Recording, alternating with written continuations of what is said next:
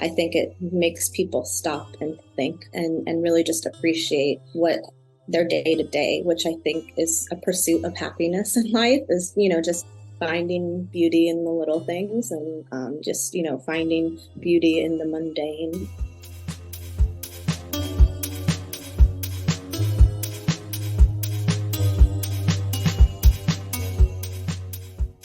Welcome to the Flying Fruit Bowl, a platform dedicated to discussion and exploration of art and the creative process. I'm the host, Aaron S., and for this week's episode, I had a conversation with the amazing Emily Wallerstein.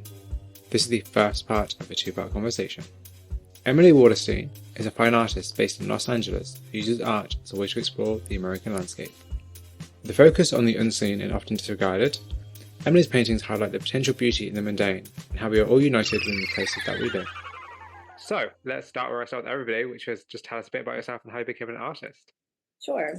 My name is Emily Wallerstein. I am an oil painter of landscape, and I live in Los Angeles, California. How I became an artist is it's like, tell me all about your life. It's very Absolutely. broad, but I'll just start. I was always creating ever since I was a little girl. I always loved to paint and draw. I think and it was always kind of this independent thing that I did on my own. Instead of like playing, dolls or whatever, I was always drawing.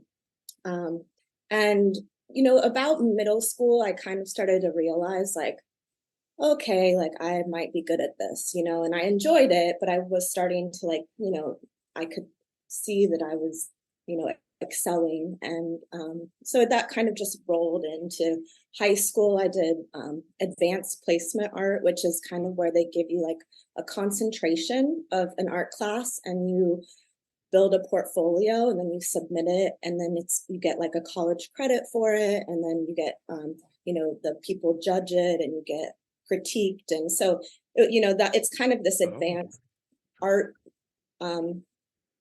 class in high school, so I did that with like 5 other kids, students, and that was kind of like when I really started concentrating on art. And I went to college at University of Cincinnati. I was living in Ohio at the time, and I started in fine arts, and they have a really good design program, and the fine arts is kind of separate from the design program, where the design program, they give you co-ops, and every other quarter, the first year you do like your foundations courses, and then your second year after that, you travel every other quarter to do internships in the field. Oh. But that was only offered in the design section. So it wasn't offered in fine arts.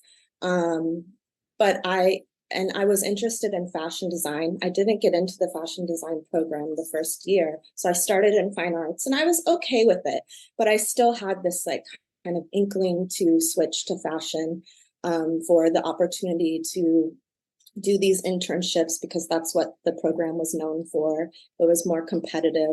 And I was a little scared to really take a leap of faith to be an artist. I felt like with fashion design, it would be more of a path to a career where I, would have a job, a salary, and, a little bit more security. And I knew that I could always paint.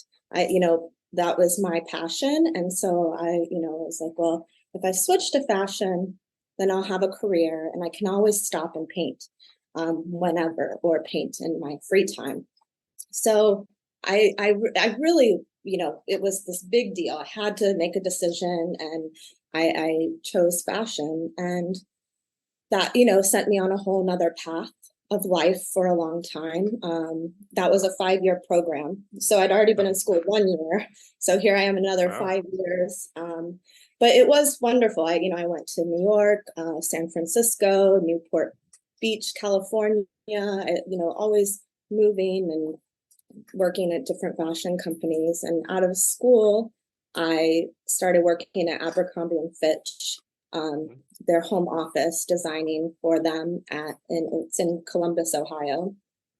And I don't know if you're familiar, and there is a Netflix documentary that kind of shows the other side of Abercrombie, where, and especially at the time, now it's a little bit more evolved, but at the time it was very like you were in this box.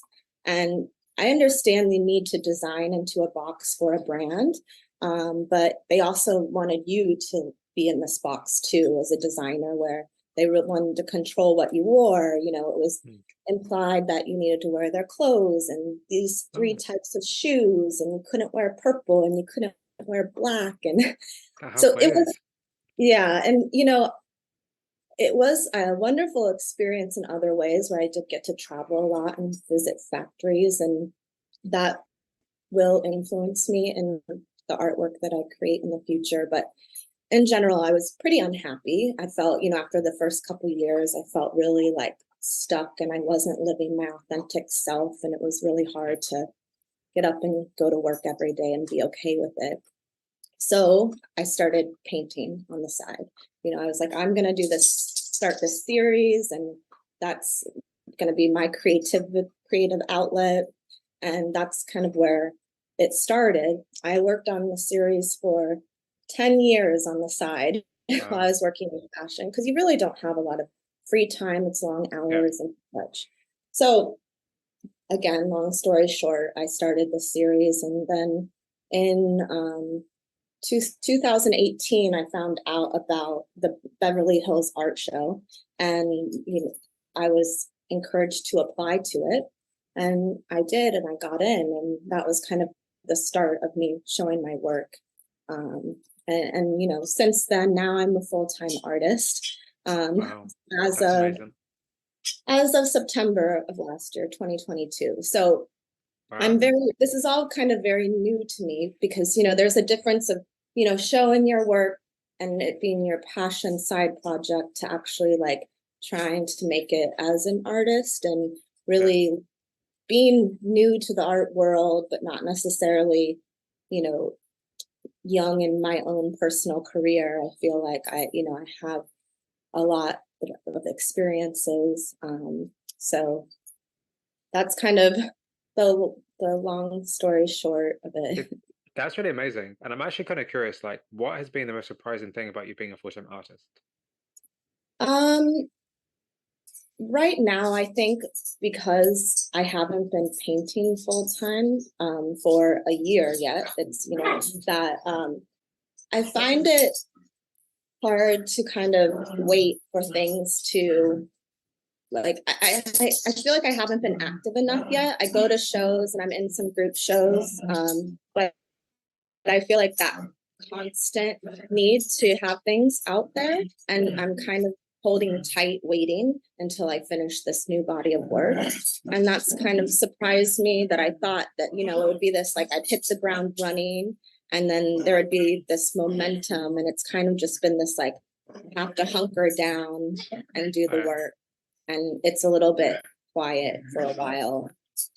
Oh yeah, because I think we forget, like, as an artist, you're not always going to be creating constantly all the time, every single day, and being able to produce new work every single day. It seems like it, like, obviously it's much later, but it seems like it through social media in terms of like you have to always be creating something. But actually, in reality, you're focusing on a body of work. Like that's much more valuable to you as an artist and your time, creating something cohesive and something that actually means something to you, rather than creating like small little studies every day, unless those studies are for something else.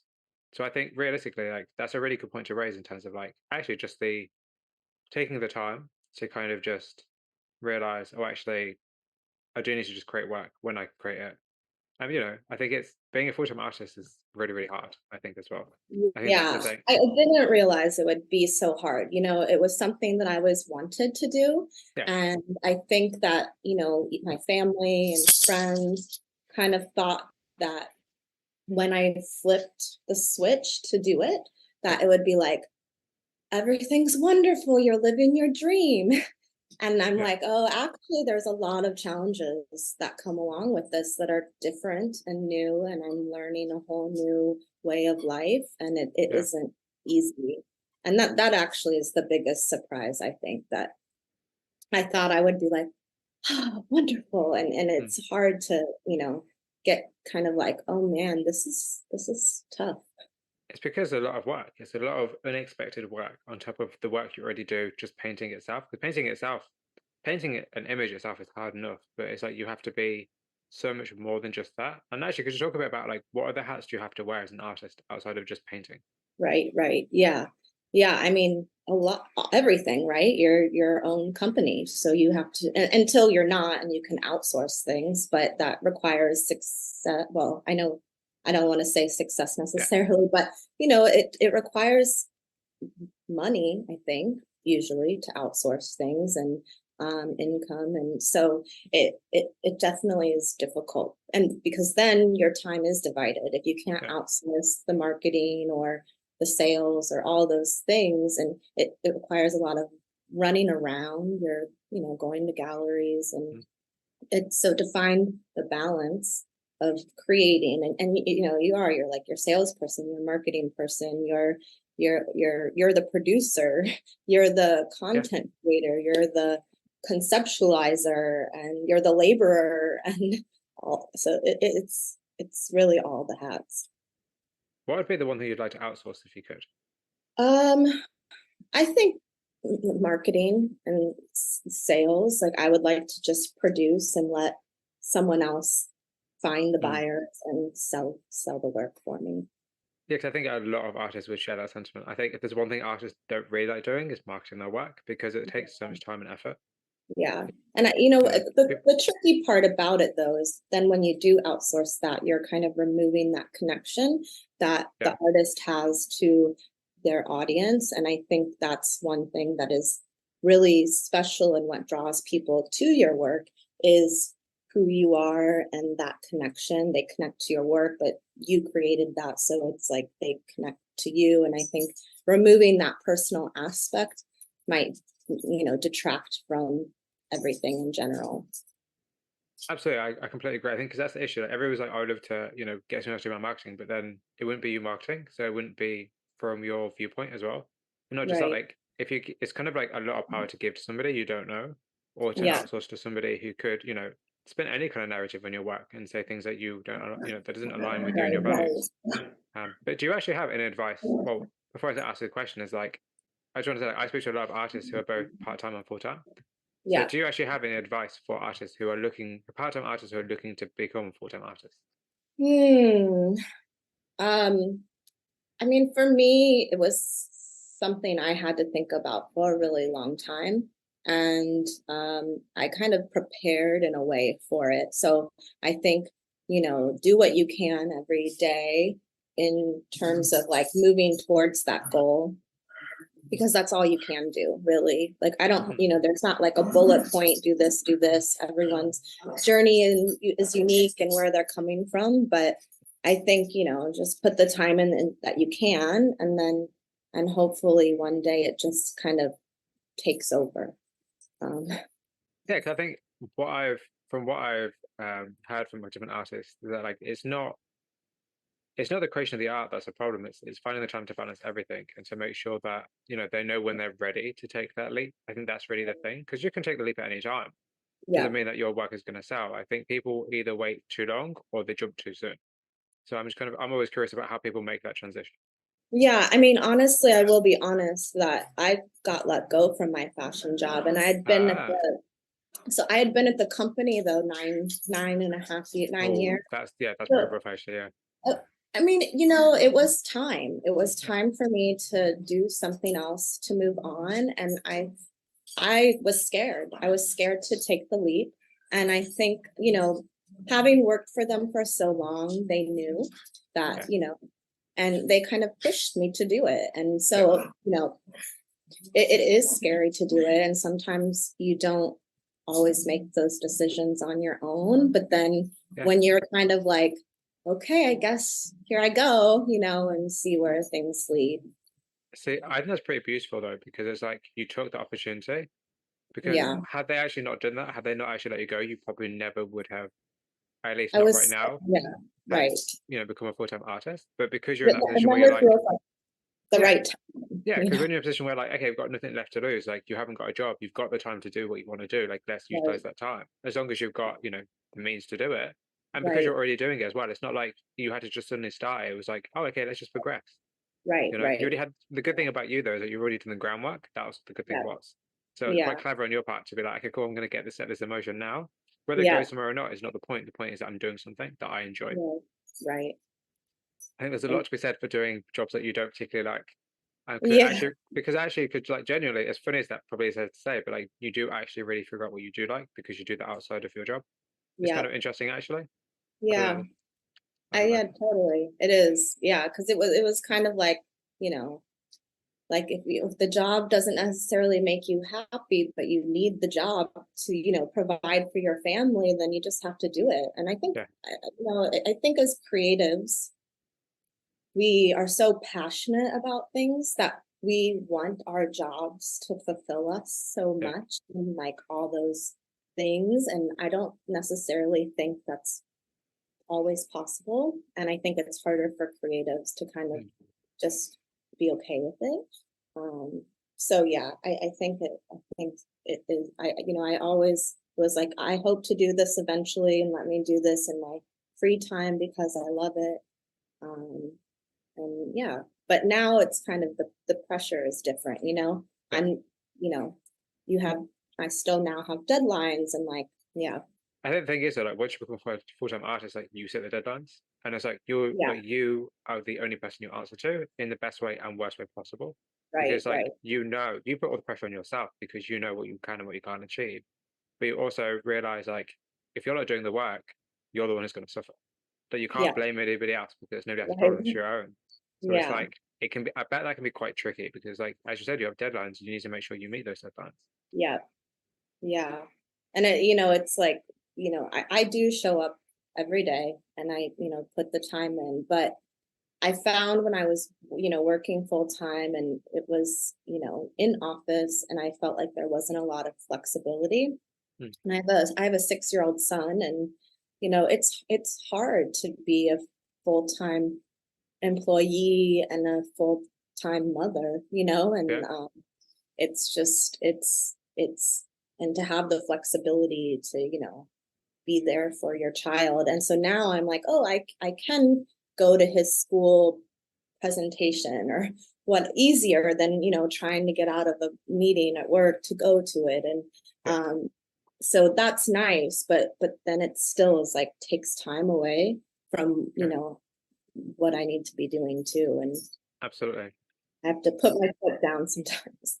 In fact, I have quite a few artist friends who are also parents and artists, and I'm going to send you their details in case you want to have a conversation about like actually how do they Okay. manage that? Because I think it's a Yeah, really important conversation to have. I don't know how much you've wonderful. discussed it with other artists, but I think it's super important to figure out how do you balance your family and your art because they're, they're both completely different worlds and they Right, need different things, but you also need right, to be the provider for both. right. So I'm going to write some Yeah. names down and I'm going to send you a list of people for Okay. you to have a conversation with, hopefully, Wonderful. That's because I great. like Yeah. connecting people. That's what I do. Yeah, and the connections, it does build this kind of camaraderie and like, oh, this person gets it and they're going through this too, and it makes you feel like you're not alone in it. Oh yeah, absolutely. 'Cause I think we all forget that, particularly with creatives, like we're all kind of chasing the same thing, which is just to create more work. That's what you want Yeah, to do. All you want to do is make more money to create more work. It's not about yeah, having a yacht. It's not about having a mansion. For right, most people, it's right. about having something you want to say and putting it out into the world and hoping people receive it and understand it and possibly, you know, comment back. That's all it kind of really is. Like art is a communication, Yeah, you know. yeah. So saying that, like, why is art important to you? Uh, I mean, the biggest part for me, I think, is, well, a few things, but I think that art is healing. I find it very therapeutic to create art, to share art, to view others' art. And I think it builds community. I think it's a platform to have a voice in the community, which is, I think, important too. And I do think it is just this therapeutic thing that is necessary in the world. Um, yeah, Yeah, I think that's great though, because I feel like not everybody feels that way about art. That's the thing. I think that's yeah, the thing that I find very, very kind of strange. I think maybe just because the way I look at art, the way I perceive artists is that some people can just scroll across art and just never think about it. They're like, yeah, oh, this is a nice painting, and that's it. They won't be kind of drawn into like, what is this saying? right, Um, right. I don't know. always very interesting because I always feel like there are like the general public and then there are like creative people. The two, Yeah. there's like a divide, and I don't mean that negatively, but there's a kind of like a Yeah. divide in terms of how people see images and how people react to like art. And because I don't know, I just think it's kind of interesting, but also like, do you think that society values art? I'd like to say yes. I mean, I think, there are some parts that don't, but I'm, hopeful and optimistic that Of yes. course. And I mean, I do find that, when I wasn't a full-time artist, I didn't necessarily visit galleries and I visited museums. And now that I'm going to galleries, I'm kind of overwhelmed by how much there is to see and do. And, as an artist, um, I'm surprised that it's overwhelming to me. And then I think about, the general public, like, that of course, then it would be even more so to them. So like but I like the idea of trying to draw attention to art, from in the general public, and like let it be more accessible. Yeah. Because I do think, as far as museums are, people go to museums, but a lot of the general public don't go to galleries. But I think it can be intimidating. But I've started trying to encourage like people who maybe aren't necessarily in this creative world, like, you know, go to the galleries. It's like, it's free and it's Yeah. so filling, and it's something to, do immerse yourself in and see new things and kind of open up your perspective on the art world. Yeah, I completely agree. I think gallery space is actually so important. I think it's getting more and more important as the time goes on. I feel like we're spending so much more time online that we're forgetting that the real world exists in many ways, I think. And I think Hmm. something like a gallery is, it's an experience. It's a moment for you to step outside of the internet and Yeah, kind of be in an actual space and actually be with bodies of work, because a lot of art, in my opinion, looks much better in real life than it does on screen. You have to kind of see it to understand the size and the texture and the colors and just kind of totally. like the just the intention of it. So you can understand that in real life as opposed to just on a screen, because you'll just scroll past it and you'll be like, "Oh, this is a cool image," but you won't understand it. Right. So I think gallery spaces are extremely important, in my opinion. Yeah. I agree. And I do notice that, it's like, oh, I like this work, or oh, interesting. And, I just kind of scroll past, but then I see it in person and I'm like, oh, and it brings a whole nother depth and level to the piece. I think the thing about social media is that social media, something I've been thinking about a lot recently, actually, like within the last week, is like social media is and this is very premature, but social media is very fragmented. And I think that's the issue, because I think if Mhm. you go on an artist's website, you see their bodies of work, you see how they want to present it, you understand, you read the description, you understand the bodies of work, you get to experience it in your own time. With social media, you just scroll past it and you may never see something from them again for another 3 months. So it's just Right. like they're just really, really random snapshots. You never see the whole thing. And I Yeah. don't know, I think there's a lot to be said about artists having websites. It's something that I'm very passionate about. Sounds silly, but Okay. like artists should have websites. And as somebody who visits a lot of artists' websites to email people, especially to email people, like I recommend people to have websites. I'm just like, you're not showing the full potential of your work in the way you want to present it. Yeah. Um, yes. Anyways, that's very premature. Getting off that because otherwise I'll ramble on about social media, and that's not the time. Okay. So Okay. what is the biggest challenge of being an artist? Well, I think, the isolation can be tricky, right? Just, not necessarily, I mean, I am trying to find critique groups and go Yeah. to things, but, it's like a lot of the decision making is your own. And, I can relay ideas off of people. And usually, though, the people that are in my intimate circle, my family and friends, they're not necessarily artists or in this fine art world, that it's kind of, I appreciate their perspective, but it's kind of hard for them to sometimes give feedback. And so I think that the isolation is a little tricky as you're working through bodies of work and really not being able to, you know, have get interaction with people. And then, like I said, as a parent, um, one thing I knew this, but I didn't quite quite process it until I started doing it, where so many of the artist receptions are on the weekends and artist Oh, talks on the weekends. And, you know, going, I was hoping that I would have more time to, be a better parent. And now I'm like, oh gosh, these weekends, I'm really, kind of not required, but it's of my better interests to be mm, present at these things. And then it's like, I'm taking time away from spending time with my family. So yeah. finding that balance too, and like, wanting to be places, but not always being able to, or choosing not to, so I can spend time with my family. I think the balance of also just living life, because you have to also Yeah, live life as well. You're not, right, right. you being an artist is not your personality. It's not the only trait you have. It's like you have other interests, hobbies, other things you want to do with your life. You've got plenty of other things going on, especially as a parent. So it's like I imagine finding that balance is quite hard because Yeah, your time is not always your own, and I think that can be yeah, quite frustrating because yeah. the last thing you want to do is take time from one place because you want to create. That's kind of like the only thing you want to do. Yeah, and I don't actually have a lot of other hobbies. I think So because that's art was so long, for so long was my only hobby, and now it's kind of like I love it, I do. And but again, yeah, it's like I drag my son around to these art shows, and I put him on his screen so he can entertain himself for an hour while I participate. And I'm hoping one day he'll show more interest, but yeah.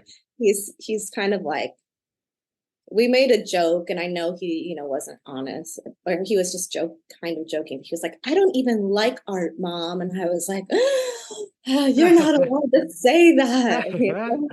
Yeah, but Um, he's only six though. Like he'll grow into it. yeah. But I do But think though, if I have one thing to say about that, that I do think is actually absolutely really wonderful that you are taking him to art shows and that you are showing yeah, him the art world.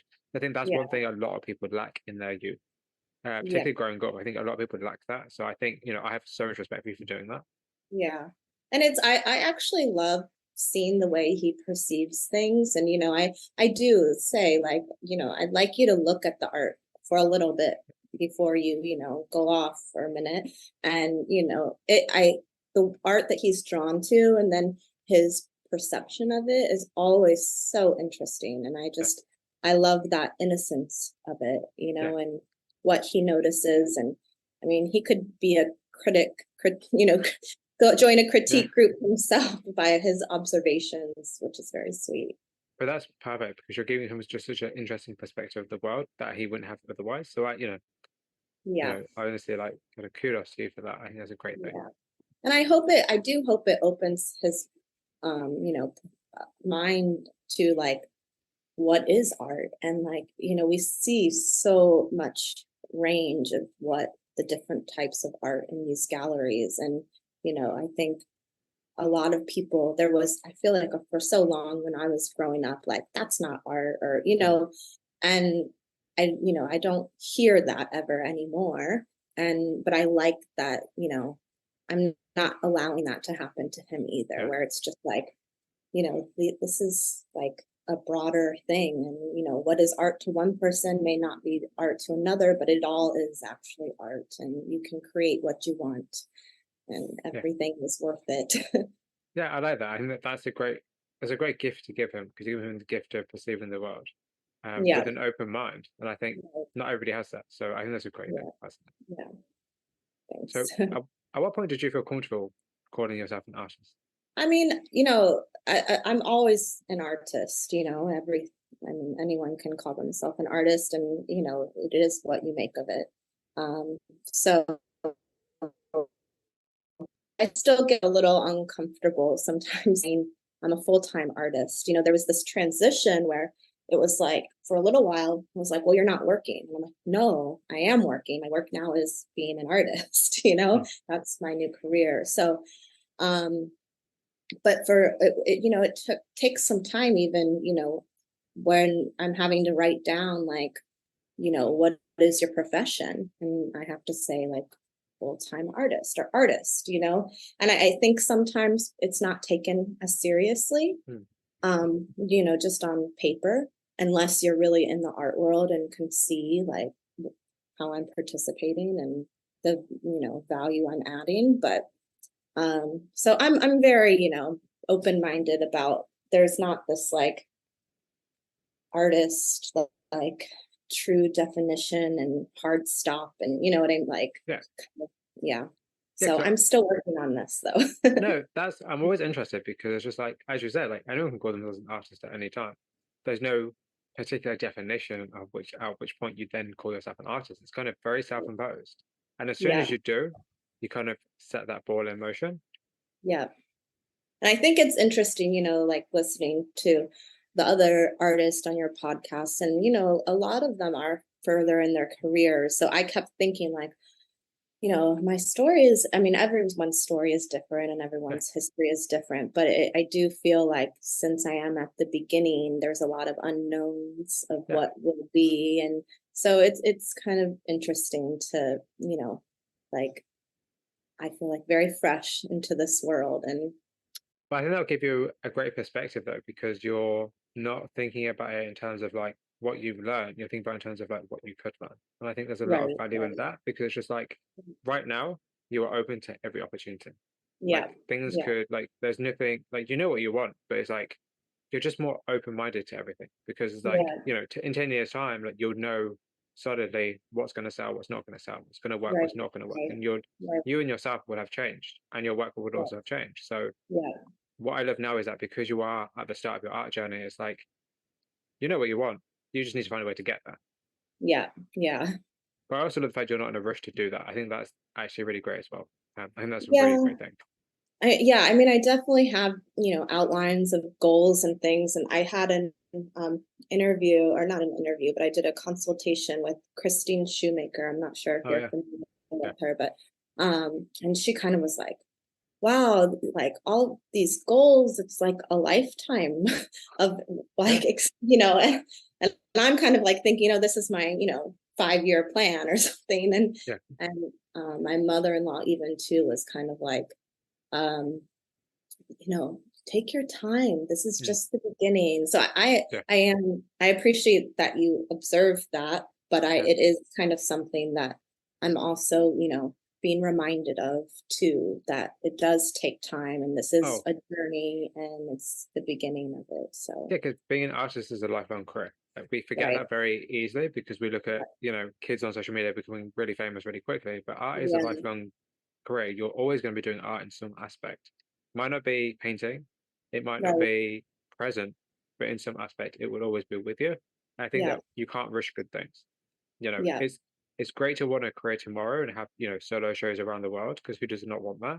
But that's not yeah, going to happen tomorrow. You have to work for that, and hard work right. mostly does pay off. So all Yeah, as you said earlier, all you have to do is kind of hunker down and work, and then yeah, hopefully the best things will come from that. yeah. Yeah, it's like you can't show your work if you don't have it to show. So it's, 100%. But then you know, also on the same token, you can't create so much work that you have no time to show it. So you have to true. find that balance because I know a lot of artists who create loads of work and they're amazing, Yeah, but they have nowhere to show it, or they're creating the next series when they've just finished a series, and it's like stop, assess, yeah, yeah, market, move forward. In my opinion, I should also do the same with the podcast. But it's like one of those where it's like you can get very yes, addicted to creating things, and you're like, okay, what's the next thing? It's right. very easy to chase things, but it's not Yeah, easy to stop and assess. I yeah. don't think. So let's get into your work. So for those who may not have seen it, can you please describe your work? I work on landscapes, oil painting, and I find beauty in the unexpected. Um, I am drawn to um, cityscapes, industrial landscapes, uh, industry versus nature. So often city down below with big skies above that kind of imply a sense of a higher presence, and that counteracts the city down below and all the things going on that's messy and imperfect. um, yeah, often I think they're very dreamy, or they document the times, and um, either whether in my life or times in society. And I think that landscapes also provoke memories or kind of the impermanence of things, Yeah. which I think I don't see as many landscapes out in the world right now, in the art world, at least in LA, and um, I think it's kind of this interesting perspective of not just you know here's your street corner, or it really brings thought of like, well, why is that street corner important, and what Mm. is the connection it has to time and space, and the community. And also, I think the interesting thing is because LA is typically a beautiful place. Like for me, Right. from England, like to me, like LA is like this kind of almost like unrealistic, strange dream world of just like pure beauty and constant sun.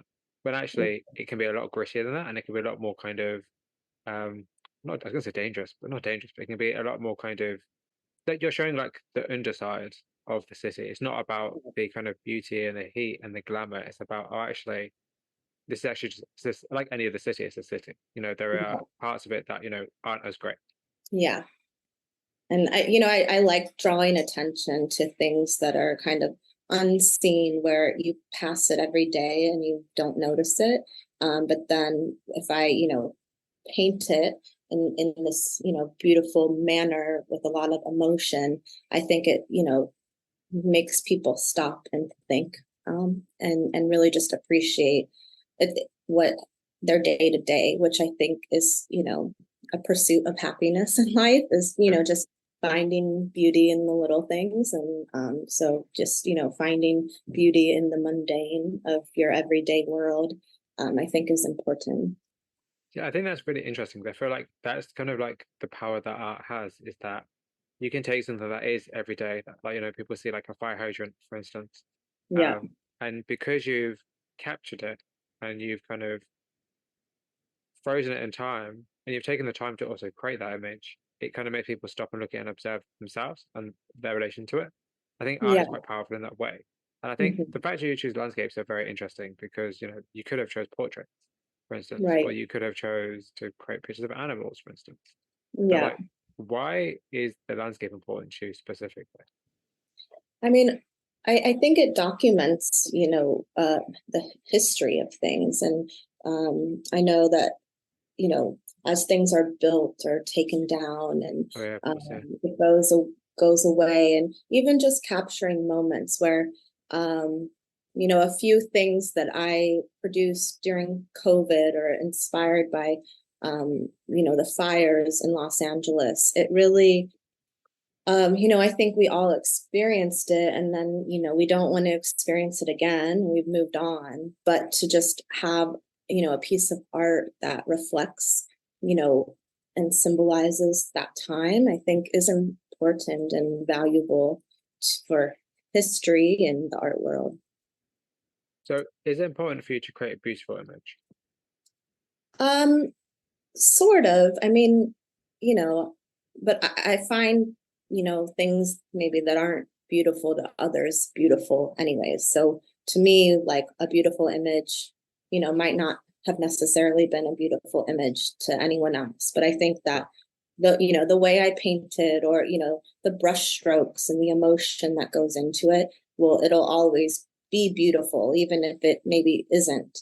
And I have like this group series that I have in progress of shipping containers. Hmm. And again, like, I don't think it necessarily is a beautiful image necessarily, but when the painting, I think, and the way that I painted it and really just drawing attention to it, it does create some sort of beauty out of something that, usually wouldn't be associated with beauty. But I also think about stuff like shipping containers and stuff that are like fascinating because they're homes for something. It's like this Yeah. idea like other things and people live within this space. And it's like what I love about cityscapes myself, like I love cityscapes. Yeah. I'm a photographer. I go around shooting the cities. Like I'm going to different cities in the UK this year, every month to shoot a different city to try to just photograph it. Because I love the idea of documentation and things, and the idea of like you don't know who lives here, and you don't know who is around. And the idea that what you're documenting can also document other people's lives and the way that they live is so interesting to me. And I think the idea of shipping containers, like, where did that idea come from? Because like that fascinates me endlessly. Yeah, I think it started just from working in fashion. And I was working in Vernon and California, which is, just a little south of LA, but it's very industrial. And, when you pass over these giant shipping container, shipping container parking lot things, it's Yeah, like full and you pass it and it's like you don't even think about it. But then, yeah, like it was where the weather, the sun, the sky, it brought my attention to it. And then I started kind of like, wow. And especially during COVID, there was a huge shipping crisis, right? And of there was no course. place to put the shipping containers and things were piling up. They couldn't get them off the docks. And I mean, that affected me personally working in fashion, and it added just another layer of stress. But it also just brought my attention to the subject matter. But I do love the idea of, like they're so like that is the way we are, function in society, how we get goods places Yeah, and those, it's like absolutely. they go all over the world, so it's a bigger, broader thing that, everyone is affected by or uses, but they don't think about it day to day that every person is associated with this shipping container lifestyle, Um, but Yeah, a lot of people are very removed from that. that's fascinating. It makes me think about like you're making the invisible visible because the things Mhm. like shipping containers, like when I'm on a train and it goes past like the outskirts of a city and it goes like that weird in between place where it's like you're not in the city, but you're not in the countryside. You're just some kind of where in like some kind of weird liminal space in between where there is like that's where all the shipping's done, where all the freight trains run through. Like Yeah, that's always fascinated me because it's just like these are like the fringes of societies that we don't see. Yeah, it has such an impact, as you said, on the way we live and the way we yeah, operate and the yeah, way that we get goods. And it's like we don't even like there's like a whole world outside of our world that we don't even think about. It's right. really strange when you think about that. Yeah, yeah, So I love the fact that you're bringing that to light with like the idea of like shipping containers and just the idea of like it goes back into your roots in fashion as well, which I actually really like. I think that's really kind of whether that's intentional or not. I think that's pretty clever as well because it's like yeah. it kind of your upbringing plays a huge part. And actually, how has your upbringing played a part in your work? I was born in Michigan City, Indiana, which is like an hour outside of Chicago. So we would always drive to Chicago. And when we would drive, you would on the highway, you would look over these like factories. And I always remember it and I always loved it. There was something kind of dreamy about it, but cold, where, the lights would be twinkling and the smoke would be coming up. And I knew that it was, probably not good for the environment, but it was there and it just there. So there's something that was like familiar to me. And then, when I moved to Cincinnati, Ohio too, there was like all these factories, Procter and Gamble and is a big factory there. There's like soap factories there. And so there's something kind of romantic about it in an odd way, but it also does make me feel some connection to my childhood. And I think that's kind of where it started, where it was just this like thing kind of deep in me, rooted in me from my experiences growing up, that were so subtle. And when I was a little girl, I wasn't like, oh, I'm going to grow up in paint factories. Hmm. It just kind of happened.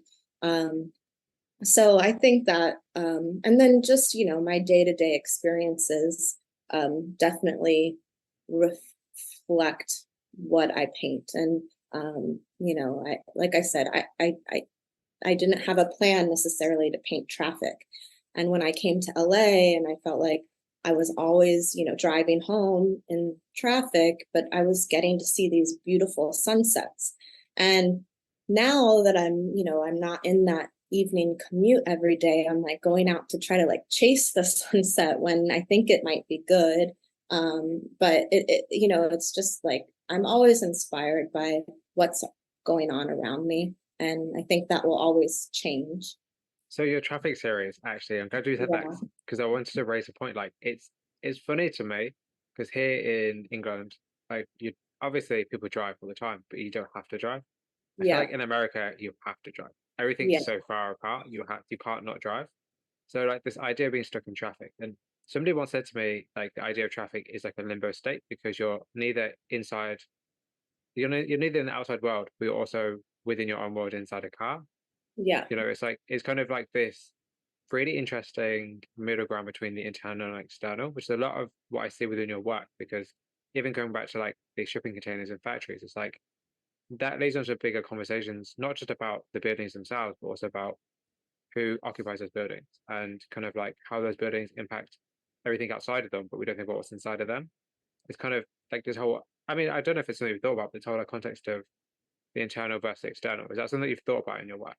you know, a little. And I mean, I do, when we talked about, I'm not painting portraits and things, and with landscapes, you think like, oh, it's just the physical, the building or, whatever. But actually, these landscapes are about people and they're about community and how we all come together. And so with traffic, for me, I always am like, think it's quite endearing how we're all on the same road together when we're in traffic, but we're all in our own little worlds, Mm. living our separate lives. But then, like, for that one moment, we're like Yeah, together, absolutely. I think that that's kind of this beautiful thing that, we're all sharing this traffic commute and we're all in that, those people that we're on the road with, we're in that moment together, even though we're all separate. And I think it just brings kind of this unity from a conceptual idea. So how do you choose like which locations to paint? uh it really is just what inspires me in the moment. I sometimes I have a plan and sometimes I don't, but I think that I'm learning that, and the more that I think about scouting and such, like it's very hard, especially with the way that I want to capture, the light just right. And I do like to capture, the magic hour where it does kind of romanticize things a little bit more and help bring beauty to the everyday. Um, but it can't always be planned, and it's sometimes just things that you stumble upon. And you know, um, if you don't mind, I'll segue into like the LA River series Yeah, go because right ahead. yeah, you would think that, coming from Cincinnati and like painting those factory paintings, that the LA River, it would have like dawned on me right away and I would have been attracted to painting it. And I would drive over it every single day without any thought. I mean, there's usually never any water in it except when it rains or just like a little stream. And Mm. um, I noticed it, but I never really took time to think about it. And one day I was driving to work in the morning. It was like 8 a.m. on a Monday, I think. And there were two people walking down the river, like, on the concrete. And it evoked this romanticism about it. Like it seemed very intimate, even though it was very like vast. And it was just, I had never noticed people walking. And I know that, a lot of where people live, there are encampments on the river.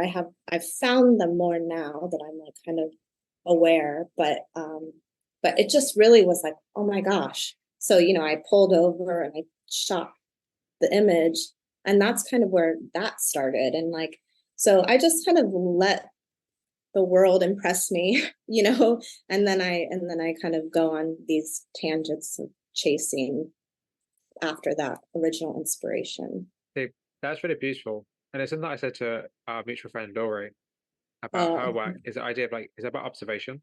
It's like you're yeah, observing the world and then you're processing that and then you're thinking about it and then you're feeding it back into the world. It's like a really interesting cycle. Like you're yeah, inspired by the world, but then you inspire the world because you're inspired by the world. It's really interesting. uh-huh, And it's yeah, also interesting because it's like your perspective as an artist is different now that you're creating work because anything you see has the potential to be a series and right, has the right, potential to be like something that will change the way you think about it. Like I spoke to an artist a couple of weeks ago called Georgia Pesca, and she woke up one day, went downstairs, and in her living room or one of the windows in her house, it was completely frosted apart from a small circle, and out that small circle she could see, and that inspired Hmm. like a whole series of work for her because it was just like the way that the Wow. light moved across it, or the way that you couldn't see out the whole kind of window. It kind of inspired her to think about like windows and viewing and the way in which like if things are blurry, like how does that change your vision and perception? And Right, what I right. love about talking to artists is that you get like they're inspired by the most mundane things, but like Mhm. there's a huge beauty in hearing people just observing the world and being like, oh, actually, you know what, I can create from this. I really Yeah, love that. Like the fact that you saw the people walking down the river and you were like, this is important to document. Like yeah, this is something I yeah, want to talk about. Like that's yeah, fascinating to me. yeah. And I was always very scared to go down to the river because I was usually like on my own and it just Hmm. felt like this isolated thing that anything could happen and no one would know. Hmm. Um, but I did actually finally do it. And it was like liberating. It was still Oh, a little scary, but I yeah, of was course. wow, like it's amazing to just be down there. It's really vast and just to be able to walk down the LA River and it was really cool. But the great thing about that is that that's probably giving you the confidence and the kind of like impetus to go and explore more. Right, right, Because totally. what like from my opinion, like from my own personal experiences, like when you break one barrier, you then be like, okay, cool. So what else can I do that's gonna like push myself? You know, like once you Right, go abroad by yourself, it's like where else can I go next? And it's kind of like you yeah, kind of don't have any boundaries, or your boundaries are loosened. You kind of right, break down the walls you surround for yourself because like, okay, what else can I do? And granted, yes, always make sure you be safe. Always make right. sure that you tell people where you are, Yeah, that kind of thing, and just be safe, particularly in places right, without kind of stereotyping it, but particularly in places like America, or actually, you know what, anywhere in the world, because yeah, things happen anywhere, and it's something that I need to learn myself for sure. But it's just like there's something really, really amazing about going into a space you don't know and experiencing it, because it's just like what I love about you and your work is like you're living in the world, and like your work is reflecting that, and I love that, like because the fact you're going to take a walk down the city, you'll take a yeah, walk down the street, and it will inspire you. Like that's right. amazing because not everyone Yeah. experiences that. And honestly, like, I didn't get to travel much growing up. And so then when I was able to start traveling, I was like, wow, I love this. So, while my work is right now focused on LA because, that's what I'm inspired by in the Yeah. moment. I am going to extend into, series that are focused on other cities and traveling abroad and such too. Because yeah. What would be like your like, oh, I love to create work in this city? Is there any specific city you're like, oh, I'd love to go and visit? It's hard because I mean I do want to travel to like the south of France and Morocco and but Ooh. actually that's just kind of like my grandmother traveled there and I have her old Ooh. scrapbooks and so it's like I want to experience what she experienced Mm. too. And I mean yes, I want to experience the world, but you do kind of have to pick, right? And Oh yeah.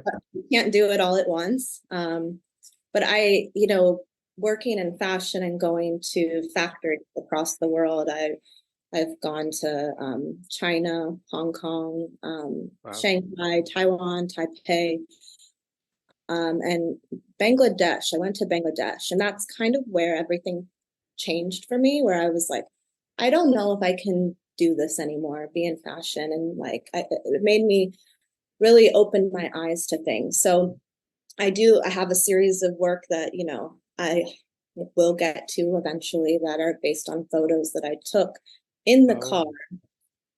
and most of the time it was raining, but from when I was in Bangladesh. And so, you asked me where do I want to go and what cities do I want to be inspired by? And it's kind of hard because having never been there, you Yeah. just have to pick some place and then wait for the inspiration. Because I don't really know what those cities are Yeah. like that I've been to. And, I've I been to see. Paris, I've been to London and Paris, and, I am inspired by those too. But sometimes, those vacation kind of like aspirational places, aren't always as thought-provoking as Yeah. some place that you might not necessarily seek out, and then you go and you're like, oh, like this totally changes my perspective on life and, you know, art and whatever, and what I can communicate out to the world. Yeah. But I also love the fact that you took pictures in Bangladesh and you're going to use them in the future. Like that, it's kind of like you're almost preparing. Like, did you take the pictures with the idea that you're going to create art from them, or the images you took?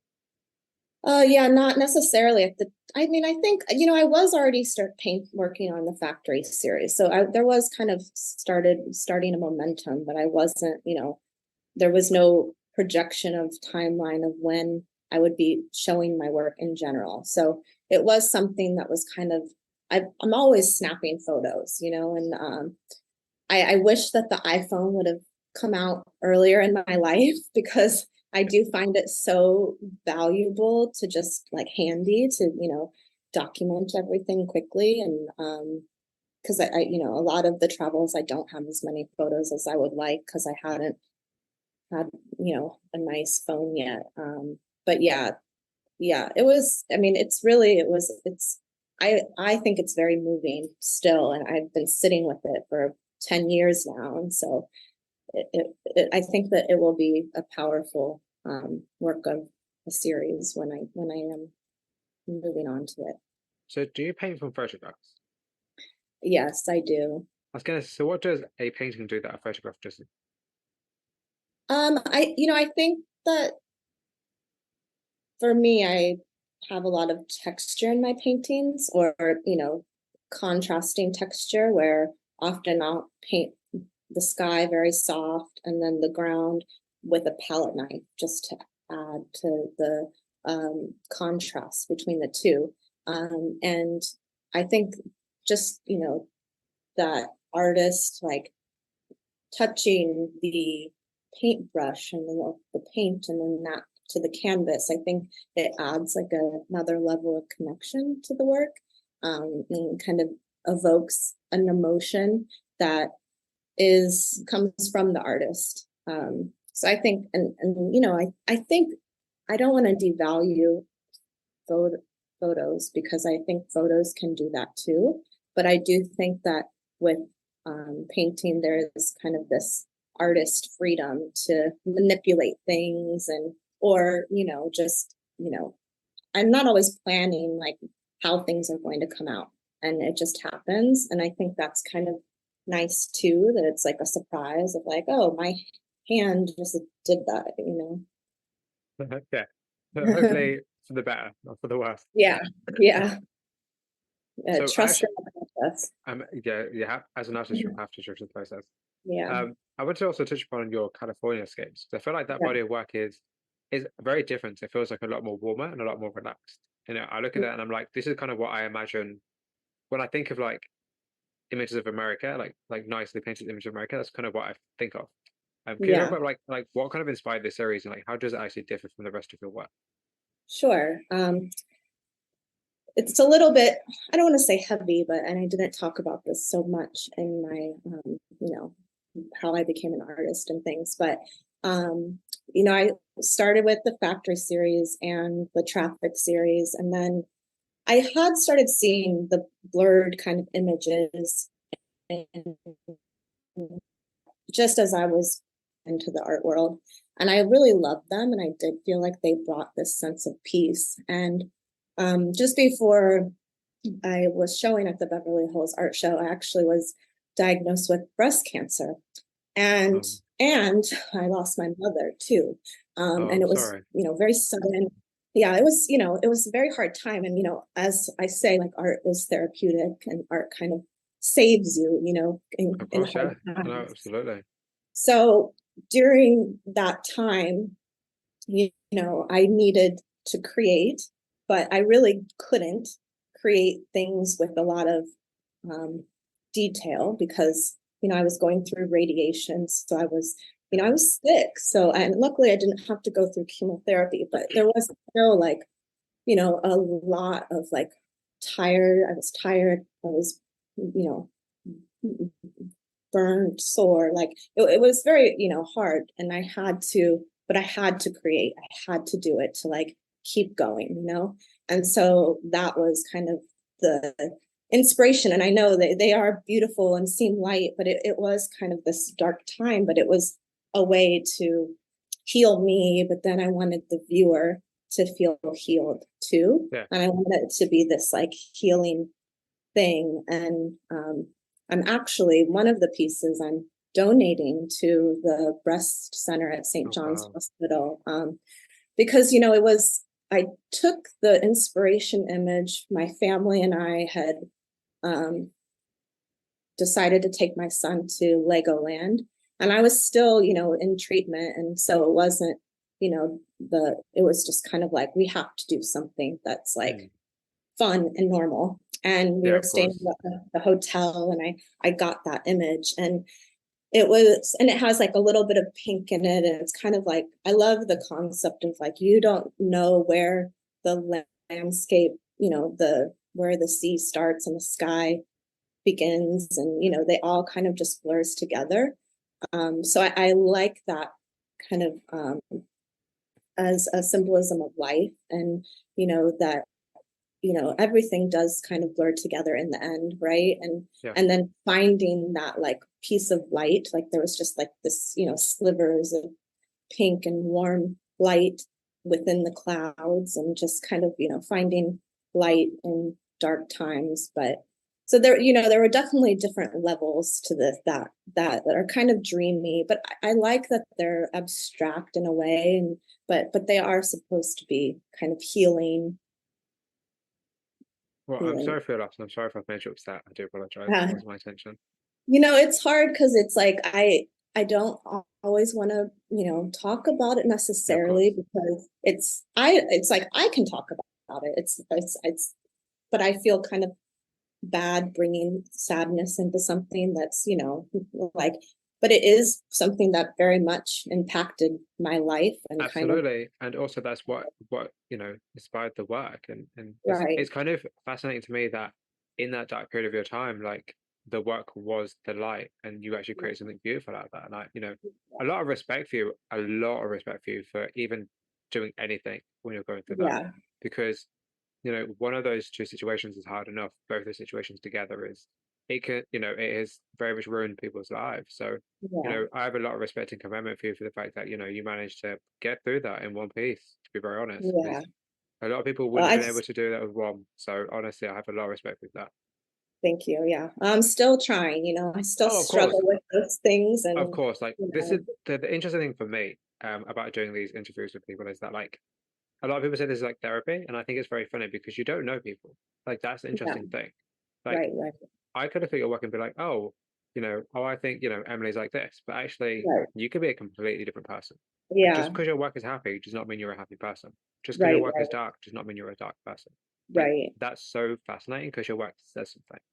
And Yeah. whether or not you're comfortable to talk about it is a different thing, but art always says something. Because art is very personal, right? And Oh it's yeah, like you want to be honest with people, but also, you know, you don't necessarily want people to, you don't want to evoke sadness necessarily in yeah, people, but you know, I also don't necessarily like, you know, hiding something or skipping yeah. over it just for, you know, purposes of making, you know, a story seem better Oh or yeah, no, yeah, absolutely. something. You're not providing like, oh, this is my sob story by my work, because that's not what it's about at Yeah, all. It's like this is the yeah, work. If you want to know more, you're more than welcome to ask. But like, right, you know, right. and I think that's kind of the interesting thing is that like the right kind of person will ask you more. I think that's the great thing about art, in my opinion, is that like your audience when they ask you questions. I feel like one Yeah, thing we don't see enough is we don't have people don't ask you questions enough as an artist.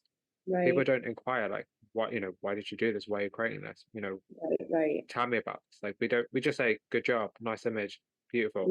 Yeah, There's yeah, no questioning. I feel like there right. should be a challenge where like every day you're on Instagram, rather than like something, just ask the person a question because I'm sure Yeah, they'll love that. yeah. I've thought about that too, because I know there is all this, you know, I don't want to say hubbub, like it's not important, because I think it's important, but you know, storytelling in art. And Mm, I do stress that it is important, because of course. it just you created the art for some reason. There was something other than Absolutely. the visual that inspired you. And I think it's important to hear like from the artist's perspective. And, I'll see someone post something and I'm guilty of it. It takes time to Oh, yeah. eloquently like edit also like a little story about something that maybe has a lot of context. But I think it does kind of add another layer that is important to express. I think community is really important, and I think we don't always have that nowadays. But that's just my Yeah. opinion. I don't know. I'm very like, I have to do a I lot of think thinking. COVID did that to us, too, Yeah. where the community kind of was broken apart. But I do think, people then went online to find the community too. So what do you think about the ever-changing landscape of the city? Like, do you think that all the kind of reconstruction and deconstruction is progression, or do you think it's a destruction of history? I think both, but I think it's necessary. In LA right now, they're expanding the metro.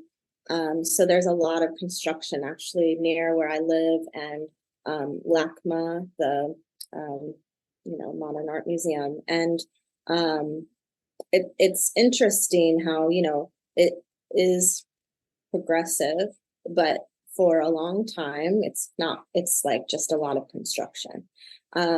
So, and then, I mean, I think that just the evolution of society and landscapes, it's, not everything is built to last for forever. And, True. I have this, I recently painted my corner, so it's like a liquor store and a flower shop on the corner, and I couldn't believe it, but they changed the sign. I painted Wow. it, and it was like I'd worked on it over the last like 3 months, and then it was in the gallery, and sure enough, the weekend of the gallery opening, it was like the sign changed, and I'm like, but I loved that I was able to document what was before, and now it's not there, but there's something new, and I think it's I think it's kind of both, where things have to evolve and change. It's inevitable. Yeah, I think that's really, really fascinating because here, especially where I live, they're doing so much construction all the time. And it feels Yeah, like they're just like nowhere never. doesn't have roadworks. That's what it feels like. But at Yeah, the same time, like I also do find like it really fascinating. As you yeah, said, like you look at the world in a certain way, or you know it in a certain way, and yeah, then a year later down the line, it's completely different. Because yeah, it makes you kind of, it does make you realize and remember that like everything does change. I actually have an image here of Birmingham here in the UK that one of my photographer friends took.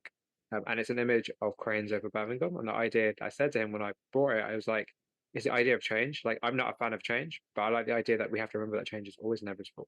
And that yeah. with our best interests or not, like change will happen. And you just Right. have to sometimes just roll with it. And I think the fact that your work looks at like the industrial side of life, it kind of reminds me of that in terms of like, there are things out of your control. You just Yeah. don't see them. Like I like that. And was that intentional? Yeah, it is. It is. I think, I like that. I don't love change either, but Yeah, it is inevitable. And I think it is a way for me to kind of document, but then process, like, yeah, and accept it. And I think what I find also interesting about that is, I've lived in different cities, and, I think when you vacation somewhere once, or you go, travel abroad, and, or visit, and you've never been someplace before, you don't know the difference. It just is what it is. But when you revisit some place after time and it's changed, it really, puts perspective of time passing, and, mm, like where I lived from like 13 to 18, was a smaller suburb in Cincinnati, Westchester, Ohio. And it was, when I moved there, it was farmland. There, the main road, Tylersville Road, was just lots of, big open landscape. And now it's like there's, every big brand store and restaurant you can name lines the streets. And it's amazing that happened over, a 10, 20-year span. And it did actually happen kind of quickly. It was like it felt like over 5 years, it totally changed. And so it's interesting to, go back to a place that you once knew to be a certain way. And then it's so different that you almost don't even feel like it's the same place. And it's kind of an interesting way to, really accept time passing. That just made me think of there is an architect actually. It's an architectural YouTube channel that I always watch because I'm just really interested in the way that things are built and the way that things are Yeah. constructed. I'm going to send it to you. I think you might enjoy it because it talks a lot about the design of cities and how that's important and how alleyways are the most important part of the cities and stuff like that. I'm going to send it to you actually. I think it's something you might enjoy because you just said that and it made me think of that in terms of we don't think enough about how the landscape around us affects the way in which we do things. Even just access to work. For in America, roads are created a certain way, the highways are created a certain way, and it's kind of when you take a more of a bird's eye view from it, it's actually quite interesting how everything has been constructed for a certain purpose, apart from humans apparently. So it's kind of interesting to think about. Yeah, totally. I'd love that, please. And you mentioned alleyways because I am interested in alleyways. I haven't painted them yet, but I do love a good alleyway. Yeah, because I think alleyways are fascinating because they are almost like the completely forgotten spaces of the city.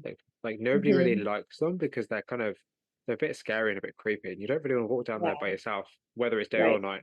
But at the same time, they're important because it's that's kind of the underside to a city in terms of all the kind of background stuff happens in alleyways, whether good or bad. It's kind of like quote unquote ugly part of the city because you have the gleaming shop fronts, but then it's actually what's happening around the back where the deliveries are being brought in or where the rubbish is being thrown out. That's actually shows humanity. That's why doesn't that fascinate me?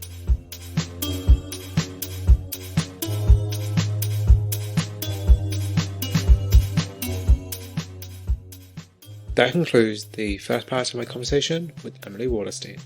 Thank you very much for listening.